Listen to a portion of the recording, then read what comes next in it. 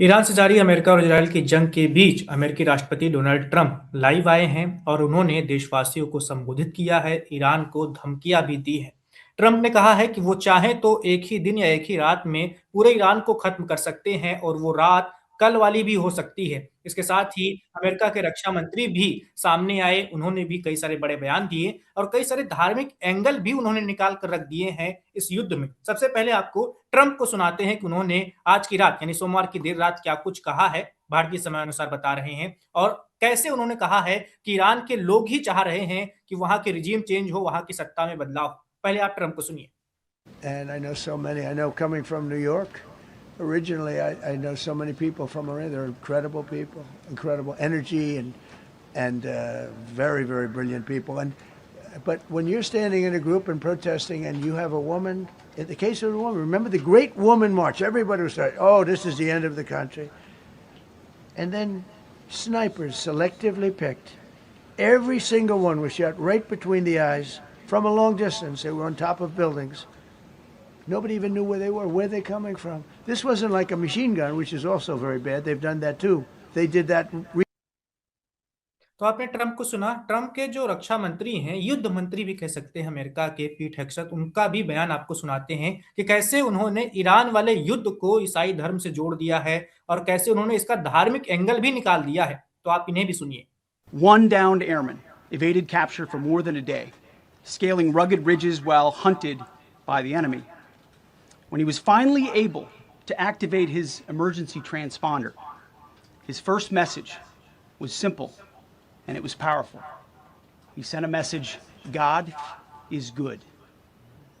In that moment of isolation and danger, his faith and fighting spirit shone through. You see, shot down on a Friday, Good Friday, hidden in a cave, a crevice, all of Saturday, and rescued on Sunday. Flown out of Iran is. तो आपने सुना America के रक्षा मंत्री कैसे good Friday की बात कर रहे हैं, सैटरडे और संडे की बात कर रहे हैं, और वो अमेरिकी जनता को, खासकर उस जनता को जो थोड़ा धार्मिक झुकाव रखती है, उसे प्रभावित करने की कोशिश कर रहे हैं। तो ट्रंप के बयान से पहले उम्मीद जताई जा रही थी कि वो सीज फायर को लेकर बात करेंगे या वो जो उन्होंने डेडलाइन दी है, अल्टीमेटम दिया है, उस पर बात करेंगे। लेकिन आज उनके बयान और उनके रक्षा मंत्री के बयान सिर्फ और सिर्फ इस बात पर ही केंद्रित रहे कि हमने कितनी बहादुरी वाला काम किया अपने पायलट को बचाकर, हमारा ऑपरेशन कितना महान था, कितना हैरत अंगेज था। कुल मिलाकर वाहवाही लूटने का प्रयास किया गया है अपने संबोधन में और उनके रक्षा मंत्री के संबोधन में। नागेंद्र जी, आपको ट्रंप का भाषण कैसा लगा ये वाला? और वैभव, रात के 10:30 बजे जो भारत का टाइम था उससे ट्रम्प ने बोलना शुरू किया। अभी 1.5 घंटे लगभग पूरा कंप्लीट हुआ और उनका भाषण अभी खत्म हुआ है। तो मैं पूरे डिटेल में इसको ले जाता हूँ। हम लोग उसकी पूरी चर्चा को हमने सुना, जो भी सवाल पूछे गए उसको भी हमने सुना। मैं आपको बिल्कुल शुरू से बता देता हूँ कि क्या हुआ और क्या क्या बोला गया। सबसे पहले उन्होंने शुरुआत की अपने पूरे ऑपरेशन से, जो कि सच में एक कमेंडेबल ऑपरेशन है। अगर हम बात करें कि कैसे यूएस के एयरफोर्स ने जाकर के 200 लोग गए थे, ये ट्रंप ने बताया कि लगभग 200 लोग गए थे। और ऐसी सिचुएशन थी जहां पर सैकड़ों अमेरिकी सैनिक मारे जा सकते थे, फिर भी उन्होंने ये रिस्क लिया और अपने जो सोल्जर्स हैं, कमांडोज हैं, उनको भेजा और अपने सैनिक को लेकर के आए, अपने पायलट को लेकर के आए। 15 जेट गिरा, उसके बारे में खास उन्होंने कुछ नहीं बोला। बट ये बहुत बार बोला जा रहा था कि देवर लकी, कि ईरान लकी था, इस वजह से उन्होंने गिरा दिया। फिर उन्होंने ये भी बात की कि कैसे, जो अभी आप बिल्कुल बिगनिंग में बात कर रहे थे कि भगवान की बात हो रही थी, एक तरफ जो ईरान है अगर अल्लाह अकबर कर रहा है, तो इधर ट्रम्प ने ईस्टर और ये सारा कॉन्टेक्स्ट देना शुरू किया कि एक तरीके से पुनर्जन्म हुआ है। और पीट हेगसेथ ने उस बात को और ज़्यादा बढ़ाया। फिर उनके जो एयरफोर्स के चीफ है उन्होंने उसको भी बढ़ाया, और फिर सीआईए के जो चीफ है उन्होंने भी इसको दोहराया। एक तरीके से ये लग रहा था कि आप एक धर्म को लेकर के जागरूक करना चाहते हैं। फिर ट्रम्प ने इसकी भी बात की। मैं आगे बताऊंगा, जब वो ओबामा की बात कर रहे थे और ओबामा की गलतियों की बात कर रहे थे कि कैसे कोई डेमोक्रेट्स को वोट दे कैसे सकता है कोई एक जू या इजरायली। तो एक मिड टर्म जो उनका इलेक्शन है नवंबर में, उसकी तैयारी अभी से ऐसा लग रहा है कि उन्होंने शुरू कर दी है, ये भी दिखा। वैसे बहरहाल उन्होंने पूरा डिटेल में समझाने की कोशिश की। With the information that you can not give, of course, जो इंफॉर्मेशन आप नहीं बता सकते कोवर्ट ऑपरेशन का। उसके अलावा उन्होंने सारी जानकारियां दी, कितने सारे जेट्स गए, क्या क्या हुआ, और उनके जो प्लेन्स गिरे, मतलब मारे गए या बर्बाद कर दिया ईरान ने, उसका जस्टिफिकेशन भी उन्होंने दिया कि 100 मिलियन के प्लेन कैसे वहीं उनको छोड़ करके आना पड़ा, क्योंकि रेस्क्यू मिशन में उनको दिक्कत हो रही थी। उसके बाद उन्होंने समझाना शुरू किया कि ईरान के लिए जो सबसे बड़ी इंफॉर्मेशन है पूरे इनके अपडेट से, स्ट्रेट ऑफ हॉर्मुज नहीं खुलने वाला है। उन्होंने ये बोला, जब उनसे पूछा गया कि आप इस वॉर को बढ़ा रहे हो कि ख़त्म कर रहे हो, तब उन्होंने ये बोला कि मुझे नहीं पता कि मैं इसको बढ़ा रहा हूँ या ख़त्म कर रहा हूँ, लेकिन ये सब ईरान क्या करता है उस पर डिपेंड करता है। और इसके बाद जो इनकी डिटेल थी वो ये थी, द बिग अपडेट, जो पहले भी धमकी उन्होंने दी है कि हम ईरान को पूरे तरीके से बर्बाद कर देंगे, कि कल रात तक का समय है, यानी भारत के सुबह 7:30 बजे, that will be the time, Bharat के सुबह 7 बजे बुधवार को, उस समय वो लोग जो है बड़ी बड़ी स्ट्राइक्स करना शुरू करेंगे, और जितने भी पावर प्लांट्स हैं, जितने भी ब्रिजेस हैं, वो गिराना शुरू कर देंगे। ब्रिजेस तो उन्होंने ऑलरेडी अभी से गिराना शुरू कर दिया। और फिर उन्होंने ये बोला कि ये त्राहिमाम करेंगे ईरान वाले, और फुली हम बर्बाद कर देंगे, पाषाण युग में भेज देंगे, हम जब चाहे तब ये कर सकते हैं। इतना बोलने के बाद पीट हेक्सेथ और बाकी के लोग आए, उन्होंने लगभग सेम बातें दोहराई। फिर ट्रम्प से काफी सारे सवाल पूछे गए, उसमें से एक सवाल था कि स्ट्रेट ऑफ हॉर्मुज आप खुलवाने वाले हैं कि नहीं। उस पे उन्होंने चुप्पी साधी, उस पे उन्होंने कुछ नहीं बोला, और ओवरऑल यही बताया कि हम ये वॉर जीत चुके हैं। फिर उन्होंने ओबामा की बात करना शुरू की कि कैसे 2019 में आपने जो एक हमारा ईरान के ऊपर जो प्रतिबंध था उसको हटा दिया 2019 में, और इस वजह से इनको अभी हमला करना पड़ा। उन्होंने ये भी बोला कि पिछले साल अगर इन्होंने अटैक नहीं किया होता तो इजराइल अभी एग्जिस्ट नहीं करता, और बहुत सारे ऐसे देश एग्जिस्ट नहीं करते इस पृथ्वी पर। तो इस वजह से वो पिछला हमला करना जरूरी था, उस समय हमें सक्सेस मिल गई थी, हमने फुली डिस्ट्रॉय कर दिया था। ये भी उन्होंने बोला कि वी ऑब्लिटरेटेड, इस वर्ड पे उन्होंने बहुत ज्यादा फोकस करके बोला, क्योंकि सीएनएन के पत्रकार ने उनको काफी परेशान किया था कि जब आपने इसको बर्बाद कर ही दिया था तो फिर आपको अभी वॉर करने की क्या जरूरत थी। तो इसमें उन्होंने बोला कि this is the word obliterated, कि हमने पूरा ध्वस्त कर दिया, स्वाहा कर दिया, और फिर आप अभी दोबारा स्वाहा करने की कोशिश कर रहे हो। तो ये है पूरा अभी तक का मामला। इस तरीके से अभी बहुत सारी चीजें हैं that we will of course will discuss the angles, and Bharat में भी क्या असर पड़ेगा वो भी हम डिस्कस कर लेंगे। लेकिन ईरान के लिए हो सकता है कि बहुत ही बुरी रात हो सकती है बुधवार से, बुधवार जो उनकी सुबह होगी। और उसके अलावा ट्रम्प ने बोला, जो बहुत ही इंटरेस्टिंग है और बहुत ही डिस्टर्बिंग है एक तरीके से, उन्होंने बोला कि मुझे कोई परवाह नहीं इफ आई गेट इंसल्टेड। फिर उन्होंने बोला कि ईरान में लोग चाहते हैं कि मैं बॉम्बिंग करूं, they are shouting that please bomb us. अब इसका आप क्या मतलब अभी निकालेंगे, तो ये आइदर समझ नहीं ट्रम्प इज आता कि डिस्टर्ब्ड। ये लोग हैं कौन। इन वही तो लोगों हम की बाइट समझना सुनते चाहते हैं हुए कि क्यों नहीं आ ईरान रही। वाले बोल रहे हैं कि आप हमारे ऊपर बॉम्ब बरसाओ क्योंकि हम इस रिजीम से इतना परेशान हैं। और फिर एक जगह जहां आप इतना न्यूक्लियर वेपन्स की बात कर रहे हो, फिर वो एक जगह डिस्क्रिप्शन देने लगे भगवान की, गॉड इज विथ अस, और इस रिजीम ने कितना परेशान किया है औरतों को और गे लोगों को। तो आप वॉर कहाँ ले जा रहे हैं, या आप इसको बस जस्टिफाई करने की कोशिश कर रहे हैं अपने अमेरिकन जनता को, जो एक आप बात करते हैं ना, एक वर्ग है जिसको कहते हैं सेकुलर, है ना। तो वो सेकुलर वर्ग को भी उनको ले करके चलना है, the blue colour of America who are not with the reds. तो उनको भी उनको कन्विंस करना है, जो गे राइट्स को, एलजीबीटी वुमेन राइट्स को सपोर्ट करते हैं। और ट्रम्प को ऐसा लग रहा है कि ये सब बोल करके he can justify what he is doing. और बहुत तारीफें की कि हम हमारी फोर्सेस बहुत अच्छा लड़ रही है, लेकिन पता तो उनके परिवारों को चल रहा होगा जिनके फोर्सेस वहां पे लड़ रहे हैं कि क्या हो रहा है। तो एक वॉर के समय में जो आप कोशिश करते हैं कि सब में एक भावना आप ला सके देश को लेकर के, वो भी जगाने की कोशिश की, अदरवाइज सपोर्ट उनका चला जाएगा। उन्होंने ये बोला, ये भी उन्होंने एक्सेप्ट किया कि ईरान की आर्मी बहुत स्ट्रांग है, और कितने सारे सैनिक इनके मारे जाते। बूट्स ऑन द ग्राउंड का किसी ने सवाल भी नहीं पूछा, किसी रिपोर्टर ने सवाल भी नहीं पूछा जो उनको पूछना चाहिए था कि खर्ग आइलैंड पे आप क्या बूट्स ऑन द ग्राउंड उतारोगे कि नहीं। और बहुत सारे ऐसे सवाल हैं जो ट्रम्प ने बहुत सारी ऐसी बातें बोली है अभी तक जो हुई नहीं है। हालांकि ईरान भी अभी लगातार स्ट्राइक कर रहा है और ईरान को लेकर के काफी सारी अपडेट्स ऑलरेडी हैं। जी वैभव। बिल्कुल। क्या जो ट्रम्प ने टाइम दिया है ईरान को, जो समय सीमा दी है, उस समय सीमा को लेकर ईरान को भी तो पता है ना कि क्या कुछ कर सकता है अमेरिका। उसने भी तो तैयारियां करनी शुरू कर दी होंगी, ये तो और ट्रम्प को भी ये ऑब्वियस बात बात पता है। होगी। नहीं, आज आज ईरान के स्पोक्स पर्सन ने खुलेआम उन्होंने बोला कि हमें कोई समझौता नहीं चाहिए। We have enough missiles, we are already hitting and we will keep hitting. ऐसा नहीं है कि उनके पास मिसाइलें खत्म हो गई हैं। अभी बस कल परसों की बात है, हम बात कर रहे थे कि कैसे चाइना की तरफ से इनको मिसाइल फ्यूल भी भेजा गया है।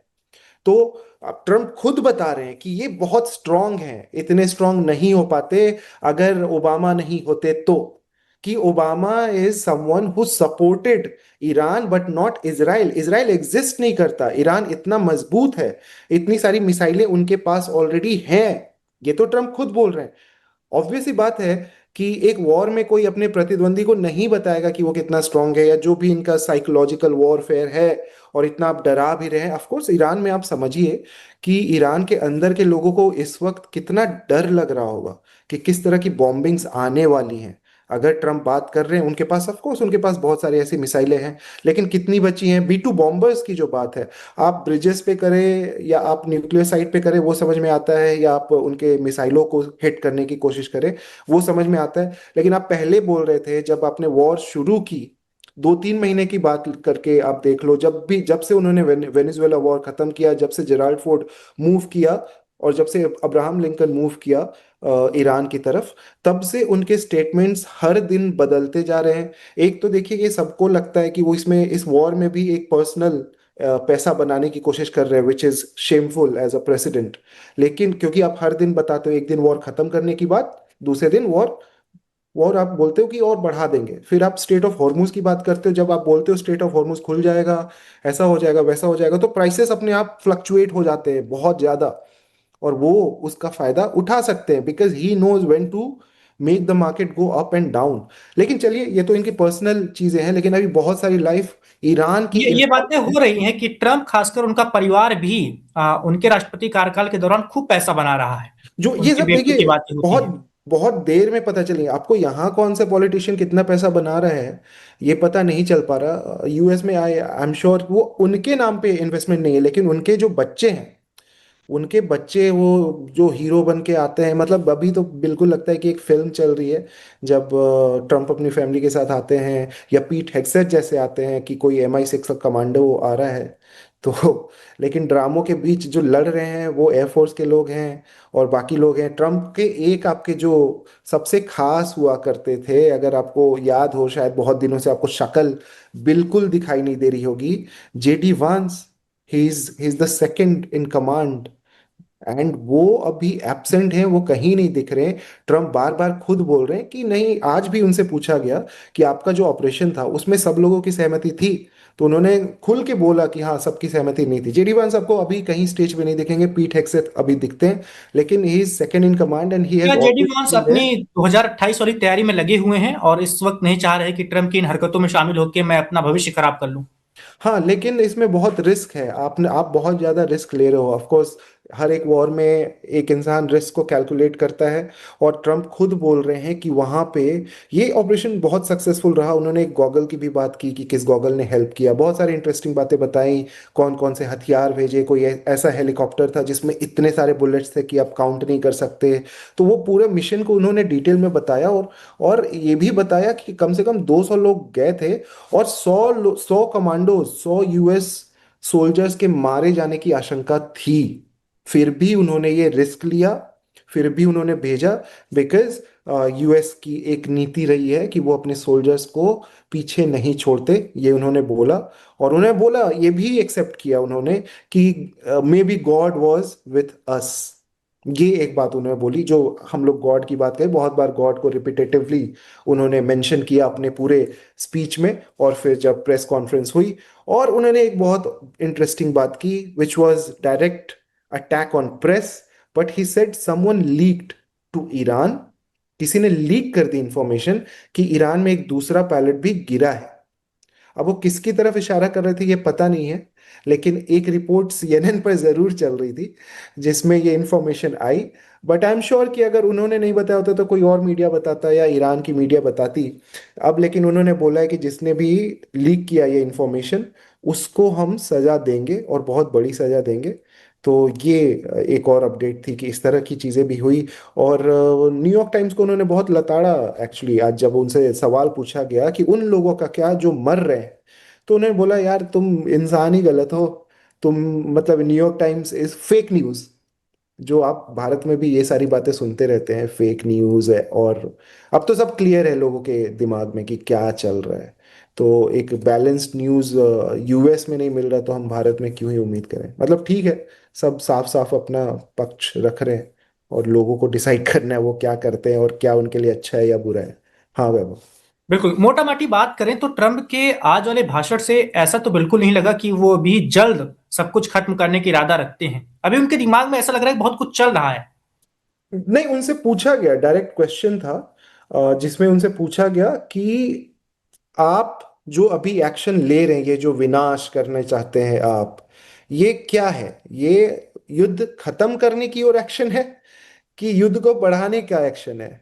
तो ट्रम्प का सबसे पहला था जवाब, I don't know, I don't know, I don't know what I am doing, लेकिन will see what happens and how Iran responds. अरे तो फिर तो आप वही देख रहे हो ना कि ईरान अगर मजबूत पड़ा तो फिर आप दब जाओगे, फिर वापस जाओगे। ओवरऑल यही उन्होंने, ये सारी जो बातें हैं उन्होंने इतनी बार अब बोलना शुरू कर दिया। अटैक के पहले उनका पूरा मुद्दा अलग था, उनका था यूरेनियम इनरिचमेंट, जो उनके हाथ नहीं लगा, 400 किलो। उसके बाद उनका था न्यूक्लियर प्रोग्राम, वो अभी भी उनका चल रहा है, बुशे पावर प्लांट चल रहा है, वो अभी डिस्ट्रॉय नहीं हुआ है।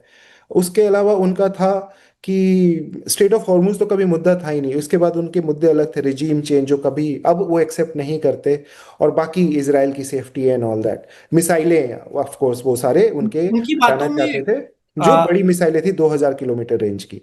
बट उन मुद्दों में वो मुद्दे बदल करके आज आप बोल रहे हो आपका मुद्दा क्या है? आपका मुद्दा क्या है अभी? आप क्या बोल रहे हो? आप गे राइट्स की बात कर रहे हो कि वहां की रिजीम जो है, तो उसके लिए आपने 5,000 लोग ऑलरेडी मार दिए, इतने अरबों खरबों रुपए बर्बाद कर दिए, पूरे दुनिया। उसके लिए तो आपका 50 चीजें और भी है ना, आप उसके लिए वॉर करते हैं कि आप रिजीम चेंज कर दोगे क्योंकि आपको कोई पसंद नहीं है। तो सऊदी अरेबिया में कौन सा लोग गले लगाते हैं? सऊदी अरेबिया में तो खुलेआम फांसी लगाते हैं, सिमिलर राइट्स हैं, वैसे ही नियम है, शरिया लॉ है। तो उस पे तुम नहीं अटैक करोगे, उस वहां पे तुमको गे राइट्स, एलजीबीटी क्यू कुछ नहीं दिख रहा। लेकिन एक कंट्री जो आपको चैलेंज कर सकती है, जो आपको तेल नहीं बेचने दे रही, सिंपल सी बात है, उसके लिए आप अब जस्टिफिकेशंस अपने हर दिन बदलते जा रहे हैं। बट आई होप यूएस की जनता, आई डोंट नो मतलब पूरे दुनिया में क्या चल रहा है, एक क्या डिसाइड करेगी मिड टर्म्स में। और ट्रम्प कोई ऐतिहासिक जो प्रेसिडेंट बनना चाह रहे हैं, वो ऐतिहासिक इस नज़रिए में ना बन जाए कि उनका इम्पीचमेंट हो जाए और मिड टर्म्स उनके लिए एक डिजास्टर की तरह साबित हो। लेकिन ये वॉर रुकने वाली तो अभी नहीं है, अभी तो रुकने वाली नहीं है। और बहुत ज्यादा तबाही दिखेगा ईरान में, और साथ में टेल अवीव में, जहां आज 9 लोगों के मारे जाने की खबर आई है, 9 लोग मारे गए हैं। और काफी सारी मौतें तो अभी पता भी नहीं चल रही। लेकिन टेल अवीव का भी वही हाल है जो ईरान का है। ईरान बहुत बड़ा है, टेल अवीव बहुत छोटा है। ईरान के कम मिसाइल काफी होंगे उनको फुली बर्बाद करने के लिए, instead of you know Israel और ट्रम्प टुगेदर फाइटिंग देयर। लेकिन आप क्या कह रहे हो? आप अभी भी नहीं बोल रहे हो कि बूट्स ऑन द ग्राउंड भेजेंगे, यानी कुछ नहीं हो सकता। आप बर्बादी कर सकते हो, आप तबाही मचा सकते हो, आप लोगों को मार सकते हो। If this is your goal, this is really wrong as a human.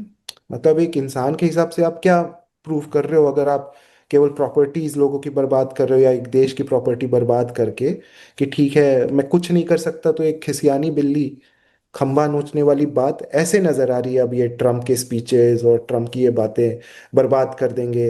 लेकिन आप कुछ नहीं कर पाओ, आप रिजीम चेंज नहीं कर पा रहे हो। आप होर्मुज आप उसको नहीं कुछ कर पा रहे हो, वो बंद रहेगा। वेस्ट को सबसे ज्यादा झेलना पड़ेगा, पूरी दुनिया को तो झेलना पड़ेगा, हमें भी झेलना है, लेकिन वेस्ट को, जो उनके सबसे क्लोज पार्टनर्स हैं, उनको झेलना पड़ेगा। रशिया को कोई फर्क नहीं पड़ रहा, हॉर्मुज तो खुला है, हॉर्मुज तो खुला है, इवन फॉर पाकिस्तान खुला है, हमारे लिए भी खुला है, और बाकी के। लेकिन अब ऑयल की, अब लाएंगे क्या आप हॉर्मुज से? हॉर्मुज तो खुला है, आप लाइएगा क्या? जब वहां कुछ प्रोडक्शन ही नहीं हो पा रहा, जब वॉर चल रही है और सब कुछ बर्बाद कर दिया है ईरान ने और ईरान का इन्होंने, तो अब आप लाइएगा क्या उन उन शिप्स में? प्रॉब्लम तो ये है, फर्टिलाइजर्स भी नहीं ला सकते, कुछ नहीं ला सकते। तो बहुत ज्यादा प्रॉब्लम्स बढ़ने वाली है पूरी दुनिया के लिए। ट्रम्प ने अपने पागलपन में अब दुनिया को इन्फ्लेशन और ये जो प्रॉब्लम्स आने वाली है तेल को लेकर के, gas will be much much smaller issue.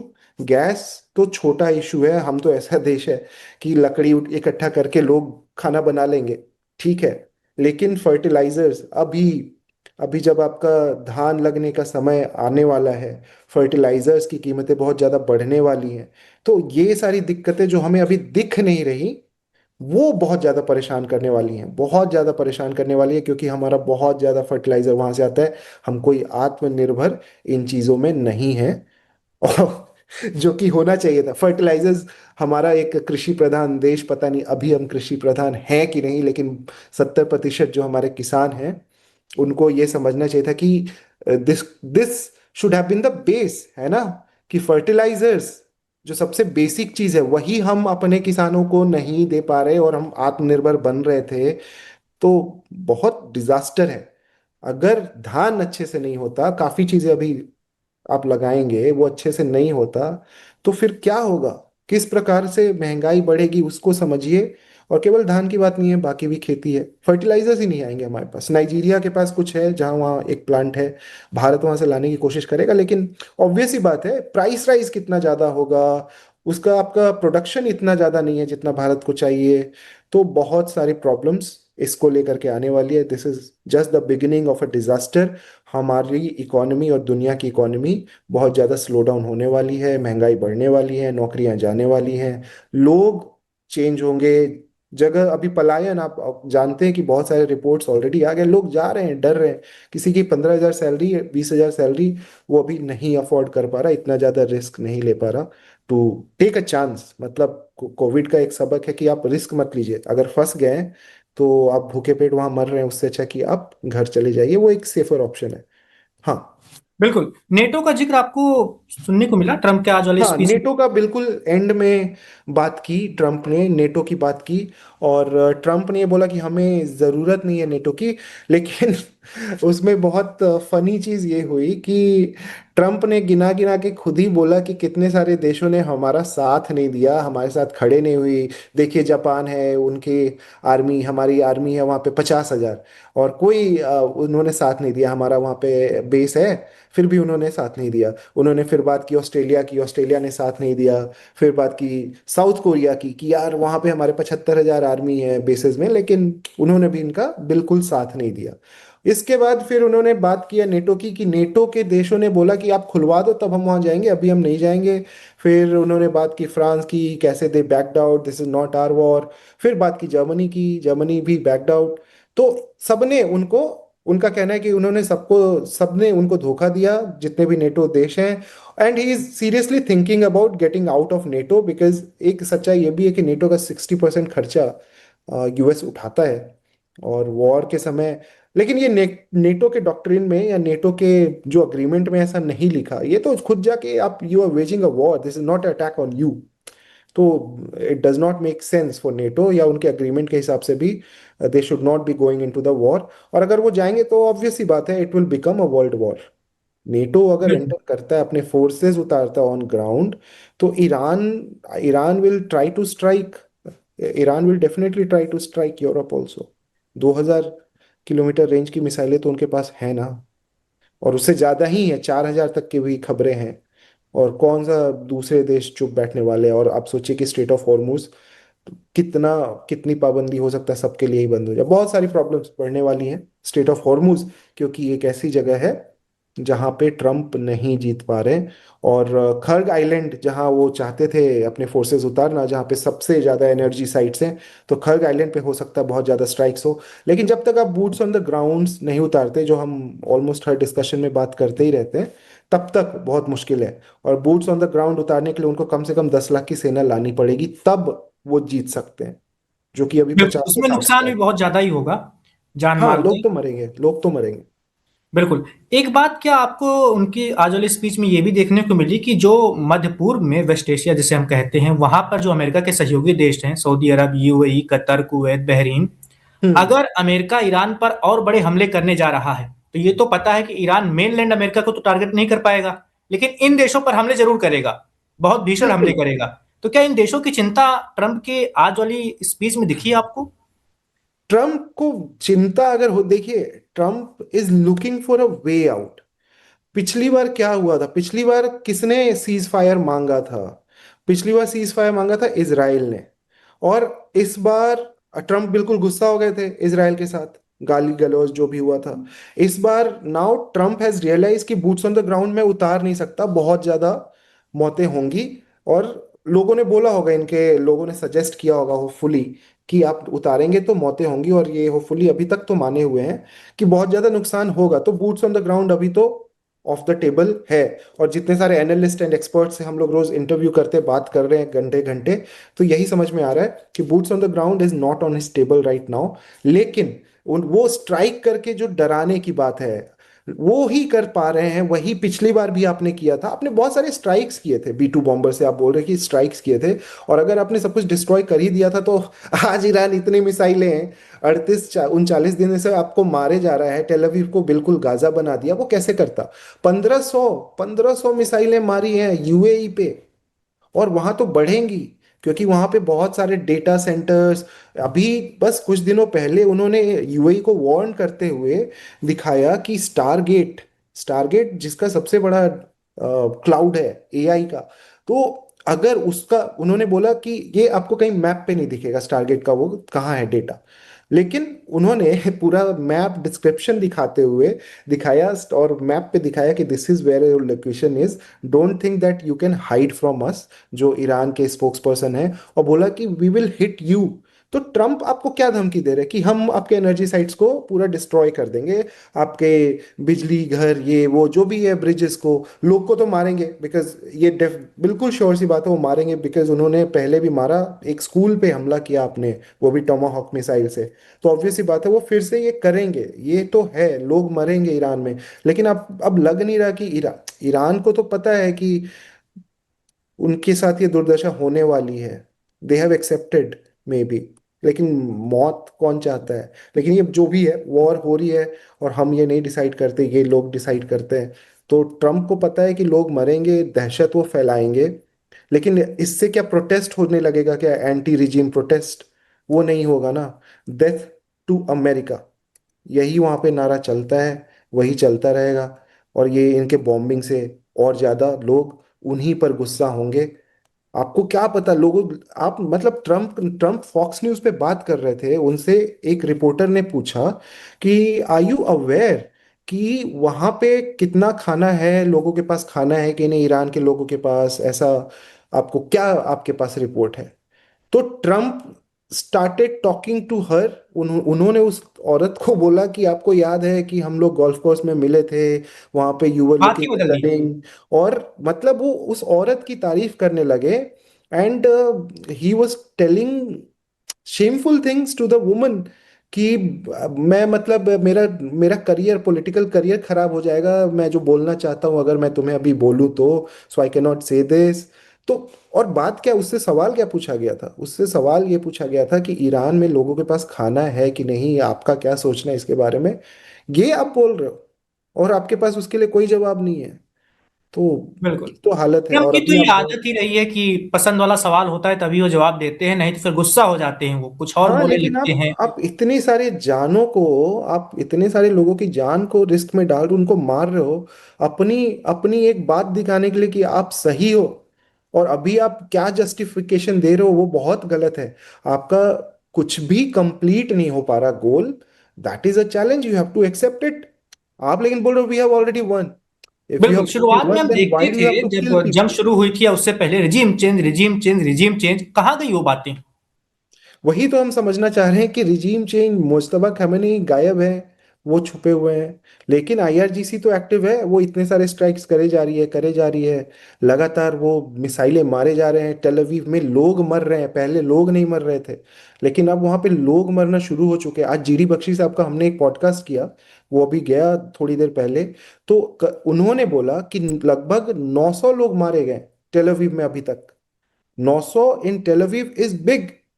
There population is around 90 million, I think 1 crore के अराउंड है। अब उसमें आप देखिए कि इतने सारे लोग अगर मारे जाएं, 900 लोग, तो कितना बड़ा हिस्सा हिस्सा है।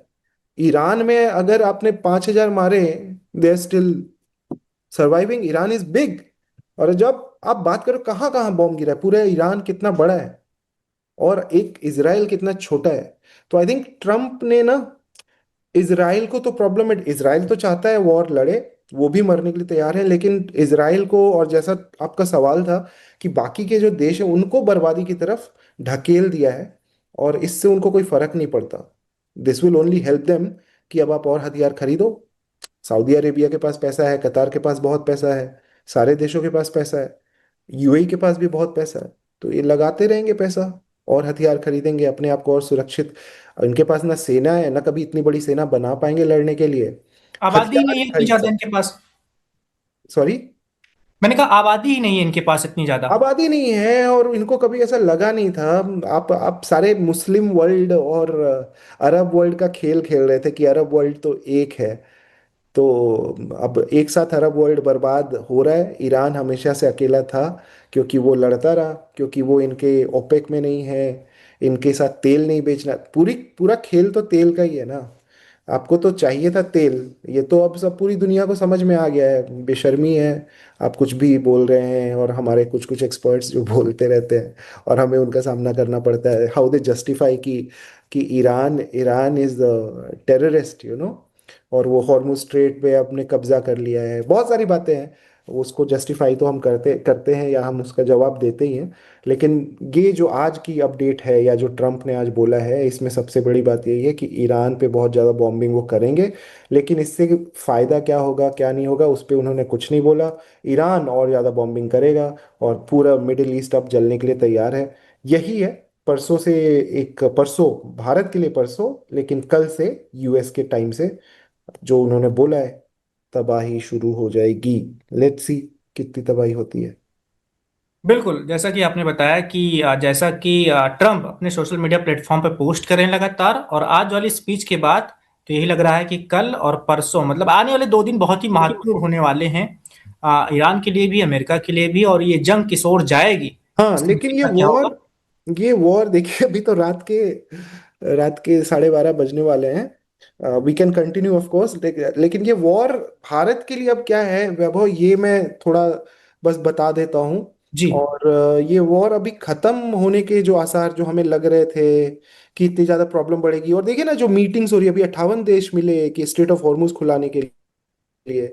पाकिस्तान कहाँ इसका पीस टॉक्स करने की कोशिश कर रहा था, और ये सारी बातें हो रही, लेकिन वो हो नहीं पाया।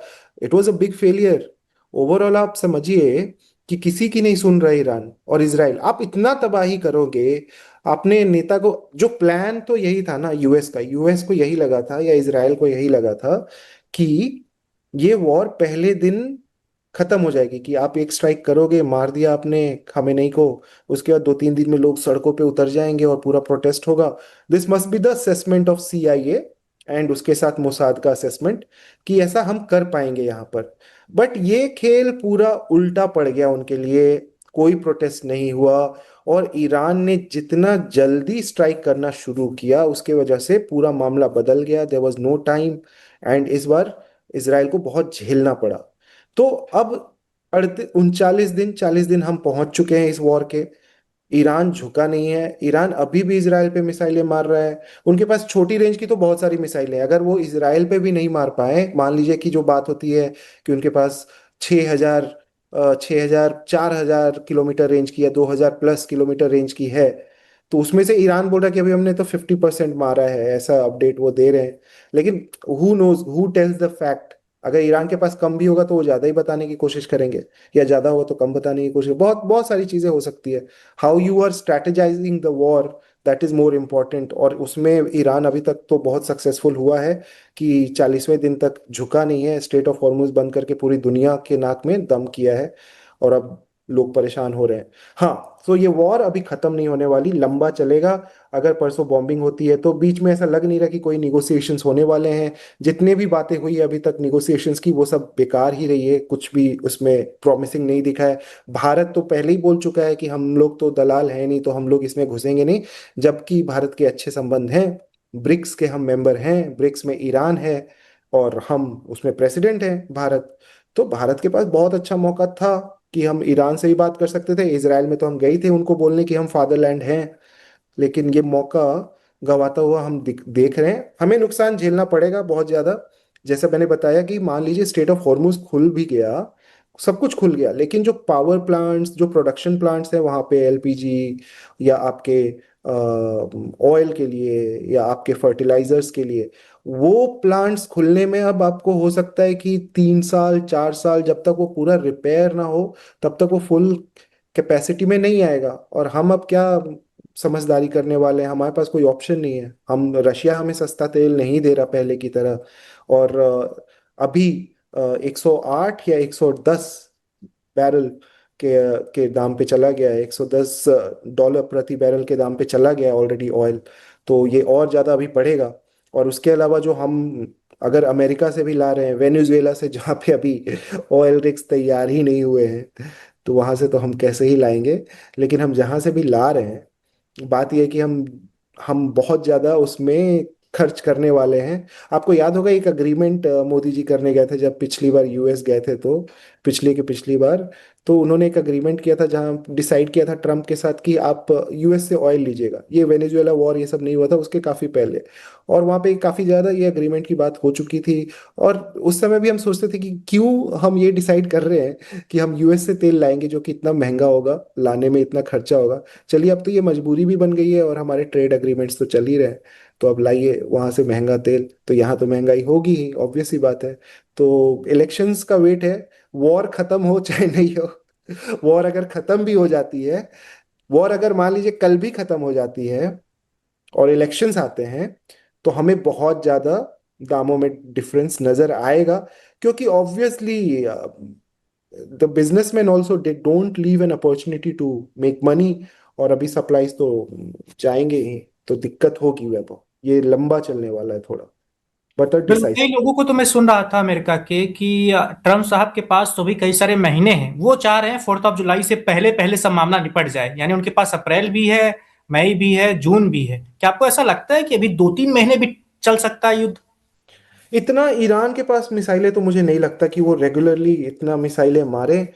फिर मामला यही है कि बूट्स ऑन द ग्राउंड अगर नहीं जाता, तो मान लीजिए कई सारी मिसाइलें बातें हो खत्म रही हो। हैं कि रशिया और चाइना से कुछ हथियार जा रहे हैं ईरान। हथियार हथियार हथियार अभी के समय में, when the war is going on, अगर कोई भी उनका प्लेन जाता है, तो अगर यूएस को पता चलता है, if they catch, it is very difficult at the moment. अब अगर पॉसिबिलिटी है तो हमें कुछ ना कुछ खबर तो जरूर मिलेगी।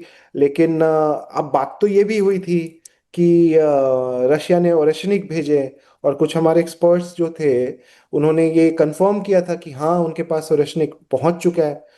इमेजिन करिए, one Oreshnik on Tel Aviv, the story will be very different. The entire war will change if they have even one Oreshnik and they can hit. तो the entire war, अगर आपने कहीं भी एक जगह मारा, तो it will look very different. The war will look very different. It will create a lot of fear in the Middle East, in the West Asia, और बाकी के suffering is for the other countries. Bigger suffering is for the other countries. सारे, मतलब जो मौतें होनी हैं, वो पूरी दुनिया तो सफर करेगी ही करेगी। क्योंकि वो जो सारे गल्फ नेशंस है वो तो काफी रिच हैं, पैसा तो उनके पास बहुत है।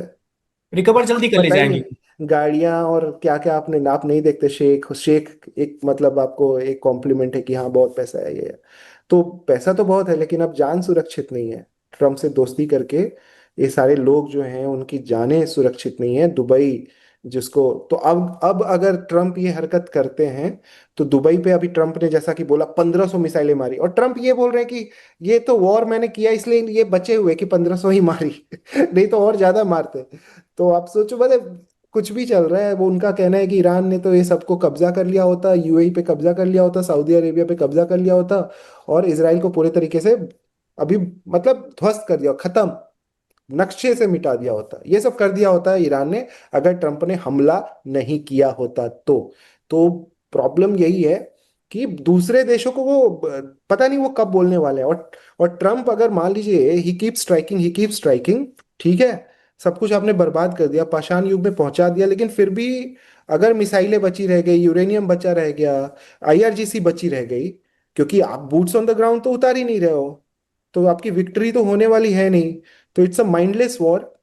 एप्स्टीन फाइल्स, बहुत सारी चीजें हैं, इलेक्शंस, अब झोंक दो किसी को भी जीतने के लिए इलेक्शन में। तो वही चल रहा है, क्योंकि जेराल्ड फोर्ड वापस आ रहा है, यानी ये लंबा चलने वाला है। हॉर्मुज स्ट्रेट लेकिन फिर भी बंद रहेगा, क्योंकि आप खर्ग आइलैंड में बूट्स ऑन द ग्राउंड नहीं उतारोगे। तो it is just complicated, but Trump के लिए ये सब कुछ बहुत आसान है। उनके हिसाब से 2 मिनट में हॉर्मुज खुला सकते हैं, बस वो खुलवा नहीं रहे। तो उनकी अगर सुने या उनका प्रिडिक्शन सुने, तब तो उन्होंने ऑलरेडी बोल दिया ईरान यूएस तो वॉर जीत चुका है। तो they are just having fun, जो भी बोल रहे कि अब सबसे बड़ी रात आने वाली है, कयामत की रात आने वाली है। तो इस फन के चक्कर में तो कई सारे विमान गंवा दे रहे हैं वो। एक विमान गया है वैभव, इतना वो भी 15E, जो पहले खबर आई थी कि वो उन्होंने 35 को हिट किया। वो कंफर्म तो अभी तक नहीं हो पाया है, लेकिन 15 ही कंफर्म हुआ है। ऐसे विमानों से उनको क्या फर्क पड़ता है। लेकिन जो लोग मरेंगे, अगर उनके सोल्जर्स मरते हैं, उससे फर्क पड़ता है, जिसपे अभी उन्होंने चुप्पी बनाई रखी है।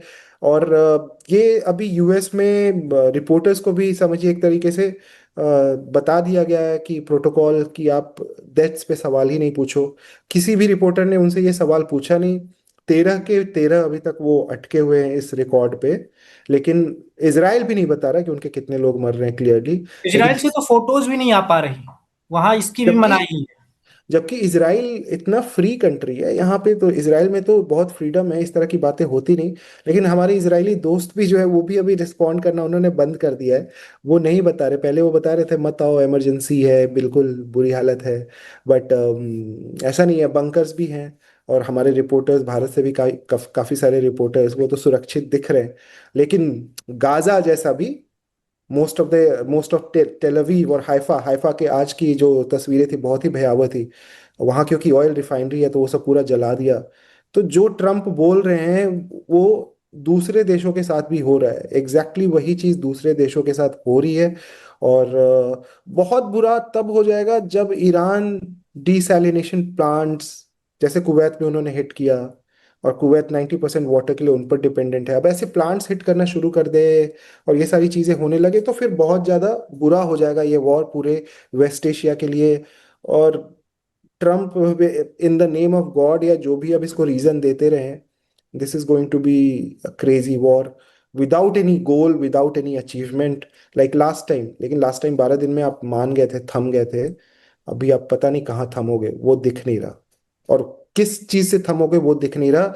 उनको ये भी पूछा गया प्रेस कॉन्फ्रेंस में जाते जाते कि आप किस चीज से खुश हो जाओगे, ही हैज नो आंसर। क्या ईरान आपके साथ मान जाए तो उससे आप खुश हो जाओगे, he had no answer. We will see, if Iran talks we will see. तो आपके हिसाब से नेतन्याहू के मन में अभी क्या चल रहा होगा? Netanyahu wants to fight it till the end, he will fight it पूरी टिल, तरह बर्बाद कर दो। पूरी तरह बर्बाद कर दो उनको। लेबनान में देखिए, एक अब पता नहीं उनकी गलती क्या हुई है लेबनान में, क्योंकि लेबनान में उन्होंने हजारों लोगों को मारा है, हजारों, बहुत ज्यादा लोगों को मारा, और काफी उन्होंने तबाही मचाई। लेकिन फिर आइडिया बोलता है कि हमें हिजबुल्लाह को अभी खत्म ही नहीं करना, हमारा ये गोल ही नहीं है अभी। तो ये क्यों बोला अभी समझ नहीं आ रहा। So they were focus, where are they focused, क्योंकि उनको 3 फ्रंट वॉर लड़ना पड़ रहा है। हुतीज लगातार अभी टेल अवीव पे मार रहे हैं मिसाइलें, और हुतीज चुप नहीं बैठने वाले। रेड सी में वो बहुत घमासान मचाएंगे, वहां का शिप, वहां का जो है बाब अल मंदेब, वो भी बंद कर देंगे। तो 32% ऑयल आना बंद हो जाएगा पूरी दुनिया का, अभी तो केवल 20% बंद है। तो 32% ऑयल मजाक नहीं है। कहाँ से खरीदिएगा, क्या करिएगा, ये तबाही तो आपको इमीडिएट नजर आएगी। ये बॉम्बिंग की तबाही तो जो नजर आ रही है आ ही रही है, बस आपको नंबर्स नहीं आ रहे हैं। लेकिन ये भी आपको बहुत इमीडिएट नजर आएगी। हो सकता है लोग इलेक्शन तक भी इंतजार ना कर पाए बढ़ाने के लिए, पहले ही बढ़ा दें दाम। अगर अगर बाब अल मंदेब भी बंद हो जाता है तो हो सकता है कि इलेक्शन के पहले ही हालत खराब हो जाए इधर भारत में, और बाकी बाकी दुनिया में भी। वहां से भारत का भी आता है, और साथ में वेस्ट में भी बहुत ज्यादा आता है। West is heavily dependent. तो वो भी अच्छी खबर नहीं है उस हिसाब से, क्योंकि बाब अल मंदेब में हुतीज को हुतीज अच्छा लड़े हैं और काफी लंबे समय से वो लड़ रहे हैं। उनके पास भी मिसाइलें हैं, रोज मार रहे हैं। और सबसे बड़ी बात वही है, रेड सी पे उनका कब्जा है, उसको आज तक कोई चैलेंज नहीं कर पाया। रेड सी में उनका राज है, और इतना आसान नहीं है ट्रम्प के लिए। अगर आप वही, जब आप स्ट्रेट ऑफ हॉर्मुज नहीं खुलवा पा रहे तो रेड सी तो आप भूल ही जाओ। तो Yemen is very powerful in that region. Houthis are very powerful. और उनके पास बहुत सारे ऑप्शंस है परेशान करने के लिए वर्ल्ड को, कि आप केबल काट दो और इंटरनेट फुली डिस्ट्रॉय कर दो। बहुत सारे तरीके हैं उनके पास परेशान करने के लिए। और पिछली बार 2023 से लेके 25 तक उन्होंने 4 जहाज डुबाए भी थे वेस्ट के।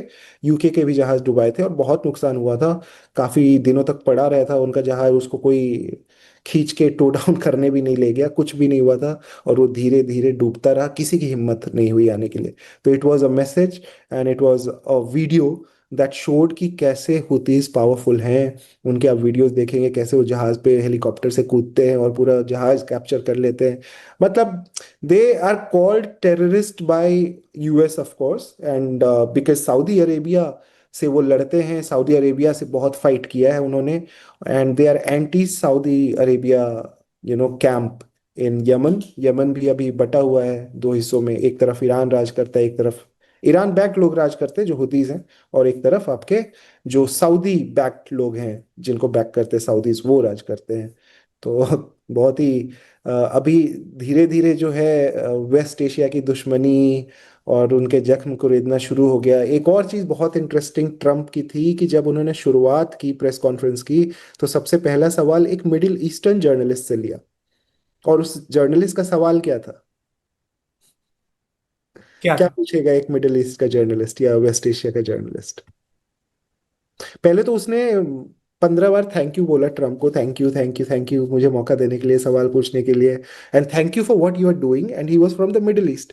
Can you imagine Donald Trump who most of time says कि I don't understand the accent when an Indian journalist asks him a question, तो उसने मौका क्यों दिया?